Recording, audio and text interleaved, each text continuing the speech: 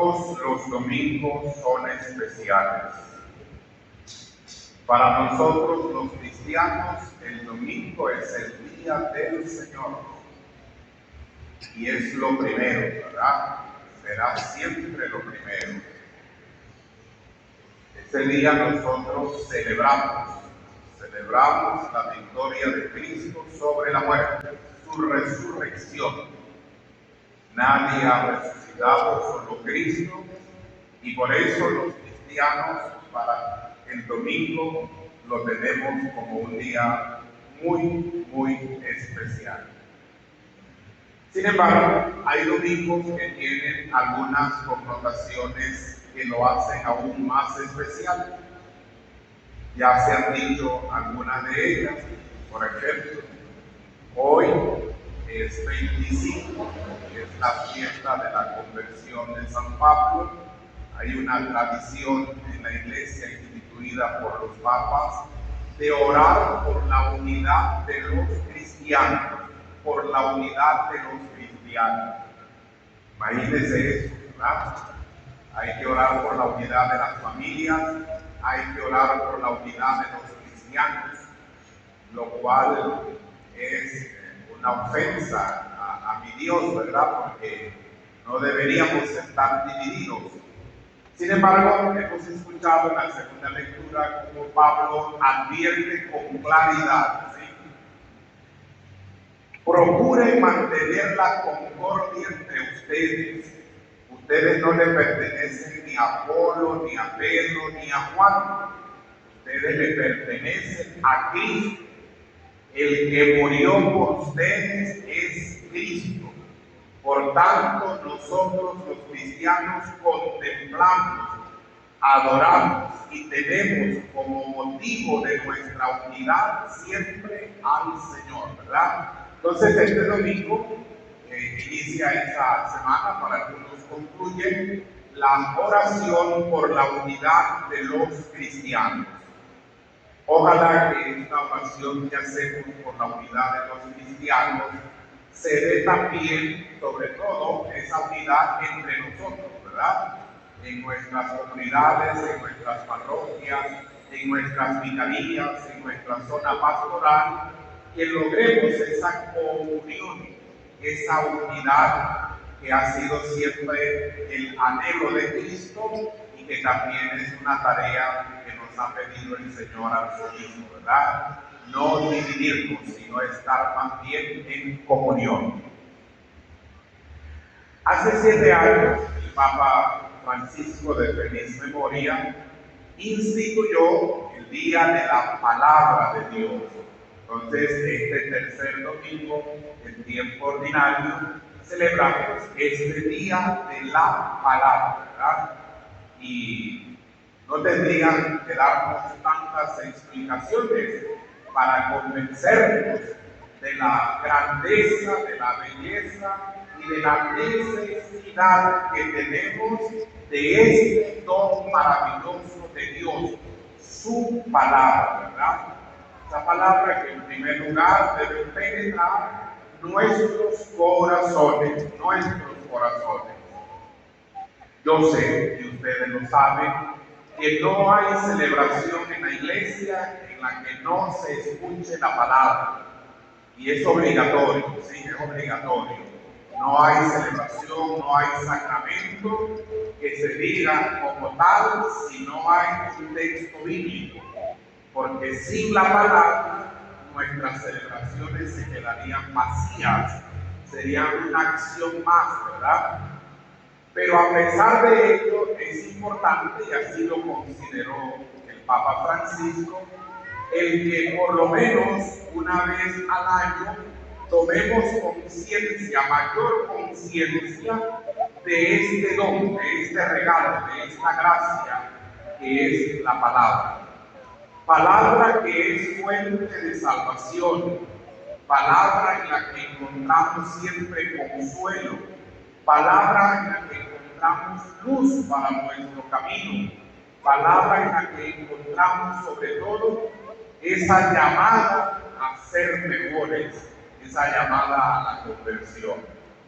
Entonces, creo que es justo en este domingo, además de pedirle al Señor la gracia de la unidad, empezando por nosotros mismos, también le pidamos y le agradezcamos al Señor el don de su palabra. La palabra que escuchamos, la palabra que leemos, la palabra que meditamos, la palabra que hemos aprendido, la palabra que llevamos dentro de nuestro corazón. Pero hay un tercer motivo que caracteriza este domingo, y es que ustedes están en sus días de novena preparatorios para sus fiestas patronales. Y esto, por supuesto, es también muy importante. Desde que llegué se notó un ambiente de fiesta, un ambiente festivo, un ambiente de alegría, ¿verdad? Y es así, porque las fiestas patronales son la forma o es el tiempo privilegiado que tiene la parroquia para la celebración, para el encuentro, para la alegría, para unirnos, para manifestar también, ¿verdad?, nuestra gratitud a Dios por los santos, ¿sí? Entonces, este domingo está enmarcado en esos días de novena, por lo tanto, como se dice en estos tiempos, valor ha llegado a este domingo. Día de la unidad, día de la palabra y día también de la parroquia que celebra sus fiestas patronales. La palabra de Dios que hemos escuchado, particularmente el Evangelio, aprendemos de él. Miren, por supuesto que el personaje principal en el Evangelio es Cristo. Y también sabemos que la palabra es abundante. Nadie podrá agotar el sentido, la enseñanza que un evangelio trae, ¿sí? Siempre aprenderemos algo del evangelio. Lo hemos de escuchar muchísimas veces, pero cada vez encontraremos algo nuevo del evangelio. Entonces, nadie, ningún predicador se propone, ¿verdad?, explicar plenamente todas las enseñanzas que hay en el evangelio, pero hoy nos quedamos con algunas, ¿verdad?, con algunas de ellas. Primero, Cristo no deja de predicar. Cristo no deja de predicar. Fíjense que Juan bautizaba, ¿sí? Y de hecho, ese es el apodo de Juan, Juan el Bautista. Cristo no dijo, me voy a quedar aquí donde Juan estaba bautizando, voy yo también a bautizar. No, no hizo eso nuestro amado Jesús.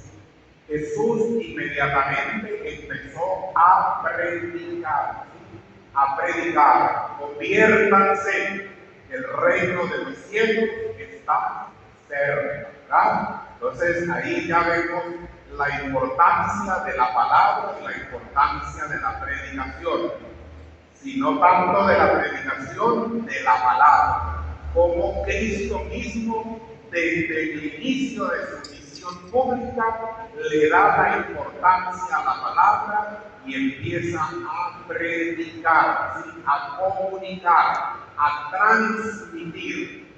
Esa es la ventaja que tenemos los cristianos. Nosotros tenemos un Dios que habla, un Dios que comunica, un Dios que transmite. Ustedes saben que uno de los grandes problemas que a veces tenemos en nuestras relaciones interpersonales es la falta de comunicación. Y peor aún cuando llegamos al extremo de decir yo no te hablo o yo no le hablo, ¿verdad? No, Cristo es todo lo contrario. Cristo, desde que empezó su ministerio, fue hablarnos, predicarnos, comunicarnos, y lo sigue haciendo hoy por hoy. Segundo, Cristo en el Evangelio de hoy nos recuerda que Él es itinerante por excelencia. Él camina, Él avanza, Él no se queda. Dice el texto bíblico que se salió de Nazaret y se fue hasta Cafarnaúm, ¿sí?, una tierra abandonada, una tierra despreciada, una tierra para la que nadie quería ir, ¿verdad? Ustedes saben que en las sociedades y siempre en todas partes hay formas de llamar a algunas comunidades y algunos pueblos y lo hacen de manera despectiva. Bueno, el Señor Jesús en ese caminar, en ese andar, fue hasta Cafarnaúm, tierra de paganos, Galilea de paganos, despreciados. Para allá caminó el Señor. Entonces, que Cristo nos enseñó a no quedarse tranquilos, quietos, estables, sino a siempre ser gente en búsqueda de lo mejor, en búsqueda de bien, ser gente que va de camino. Y de hecho, nosotros tenemos que recordar que somos peregrinos. El Papa Francisco nos enseñó que éramos peregrinos de esperanza, que avanzamos, que caminamos, porque al final nuestra patria no está aquí en esta tierra, nuestra patria es el cielo. Y por eso Cristo mismo se definió como yo soy el camino, yo soy el camino. El que quiere ir al Padre tiene que hacerlo a través de mí. Y entonces hoy en el Evangelio y en el inicio de su misión, Cristo Jesús nos lo demuestra. No quedándose en Nazaret, quieto, tranquilito, predicando, sino caminando. Y eso lo hizo a lo largo de toda su vida. Lo tercero que nos enseña el Señor hoy en su actuar, ¿verdad? En su actuar es la llamada a la conversión, la llamada a la conversión. Tanto Juan Bautista como Cristo llaman siempre a la conversión. A nosotros no nos debe nunca incomodar cuando una palabra es fuerte, cuando una palabra es dura, cuando una predicación nos sacude, cuando un predicador nos toca el corazón. No nos debe incomodar, porque una de las tareas que tiene la palabra de Dios es precisamente llamarnos a la conversión, ¿sí? Entonces, en este sentido, nadie debe sentirse ya convertido, ni santo, ni tan bueno. Siempre hay algo de oscuridad en la vida de cada uno de nosotros que necesita de esa luz que Cristo es el único que nos puede dar. Hay algo de oscuridad en mi vida y esa oscuridad debe ser iluminada precisamente por aquel que es la luz verdadera, el Señor. Entonces, no quedarnos tan tranquilos, no creernos que ya estamos convertidos, no quedarnos solo con la palabra cuando nos da consuelo, cuando nos da fortaleza, sino también anhelar que la palabra pueda llegar a nuestros corazones y llamarnos la atención, hacernos sentir que algo tenemos que mejorar. Estamos celebrando fiestas patronales y nada menos y nada más que celebramos a San Juan Bosco, ¿verdad? Comentaba en sacristía que probablemente uno de los santos más famosos entre nosotros, ¿verdad? Más queridos, a los que más milagros le atribuimos, y sobre todo ese cariño, ese respeto y esa devoción que le tenemos, porque le encomendamos a nuestros niños y a nuestros jóvenes. Veo entre ustedes papás, veo jóvenes, ¿sí? De manera que nuestras fiestas van en esa línea también, de poner en las manos del Señor, por medio de San Juan Bosco, a nuestros niños y a nuestros jóvenes tan amenazados, pero tan amenazados cada vez más en nuestros tiempos, de diversas formas. Hay que ayudarnos mucho y hay que pedir también por ellos a San Juan Bosco.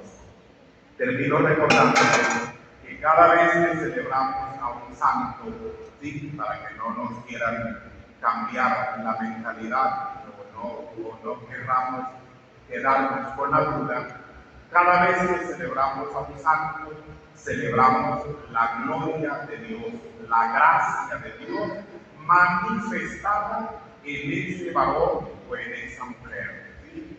Cuando celebramos a un santo, celebramos el triunfo, la gracia, la gloria de Dios que se manifestó en este varón llamado San Juan Bosco. Eso celebramos, ¿sí? Y por eso lo hacemos, y por eso hacemos fiesta, y por eso nos alegramos, porque en él triunfó la gloria, la gracia y el poder de Dios. Pero además lo hacemos porque nosotros tenemos la certeza que como hermano nuestro que participa ya de la gloria de Dios, ¿verdad? Tiene mucho que enseñarnos, Los santos nos enseñan, y San Juan Bosco nos enseña muchísimo. Los santos interceden por nosotros. Ellos lo hacen, y lo hacen como hermanos. Interceden. Eso que nosotros llamamos milagros son intercesión de nuestros hermanos santos ante el trono de Dios, ¿verdad? Ellos interceden. Pero no solo interceden, no solo nos enseñan, sino que también nos animan para que nosotros, pues, entendamos que podemos ser santos también, que la santidad es posible, para que a pesar de nuestros pecados y nuestras debilidades, pues sepamos que así como en el caso de ustedes, San Juan Bosco llegó a ser grande y llegó a ser amado de Dios, cada uno de nosotros lo puede ser también. Claro que sí, todo bautizado puede llegar a ser santo, porque esa es la voluntad del Padre. Una vez más, les felicito. De verdad que sentí mucha alegría al llegar a este templo propia de lo que es una fiesta, y seguramente estos días que vienen serán aún mejor, y que pues todos al participar de estas fiestas puedan renovarse plenamente en la fe, la esperanza y el amor. Y así sea, hermanos. Amén.